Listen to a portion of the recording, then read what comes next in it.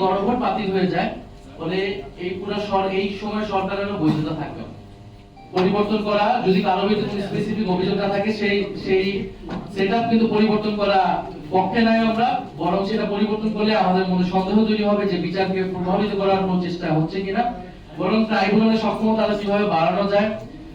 এবং কারণ আমরা দেখছি বিভিন্ন নিম্ন আদালত থেকে কিন্তু ফ্যাসিস্ট এবং হত্যা মামলার আসামি যারা তাদেরকে জামিন দেওয়া হচ্ছে। আবার আপনারা জানেন যে ভুয়া মামলা হয়েছিল প্রচুর, এই ভুয়া মামলা কিন্তু এখন যারা সরকারি দল অর্থাৎ বিএনপি নেতাকর্মীরাই করেছে। ফলে এই পুরো বিষয়টাই কিন্তু আসলে একটা সুরাহা লাগবে এবং এই বিচার এবং সংস্কার এটা কিন্তু আসলে সরকার দল বা বিরোধী দলের বিষয় না, এটা জাতীয় ঐক্যমত্যের ভিত্তিতেই এটা নিশ্চিত করতে হবে। ফলে আমরা বিচার সংস্কার এবং এই দুর্নীতি প্রশ্নে আমরা কিন্তু বিন্দু পরিমাণ ছাড় দেব না। যে আদালত এই বিষয়ে অবশ্যই গণভোটের বা জনগণের পক্ষে রায়টা দিবে, গণঅভ্যুত্থানের পক্ষে। কারণ এটা কিন্তু যদি আপনি এই গণভোট বাতিল হয়ে যায় তাহলে কিন্তু এই নির্বাচনও প্রশ্নবিদ্ধ হবে। কারণ এই নির্বাচন আপনি কোন সংবিধান অনুসারে করেছেন?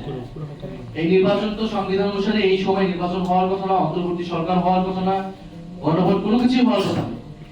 বিদ্যমান সংবিধান তো আগের সংবিধান, এই সংবিধান অনুযায়ী আগের সরকার বহাল থাকার কথা।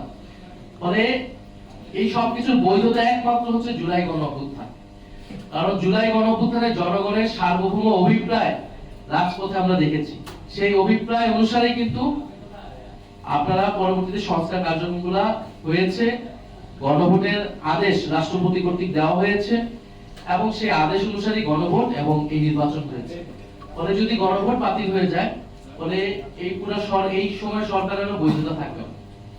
তরুণদেরকে সুযোগ দেওয়া হয়েছে বা অভিজ্ঞ অনেক ব্যক্তিকে সুযোগ দেওয়া হয়েছে, তাদের এটা থেকে আমরা তো সাধুবাদ জানিয়েছি। কিন্তু আমরা তো আপনি অর্ধেক ভালো করবেন অর্ধেক খারাপ করবেন এটা তো হইতে পারে না। আমরা তো চেয়েছিলাম পুরো মন্ত্রিসভা এমন একজনও থাকবে না যার বিরুদ্ধে প্রশ্ন তোলা যায়।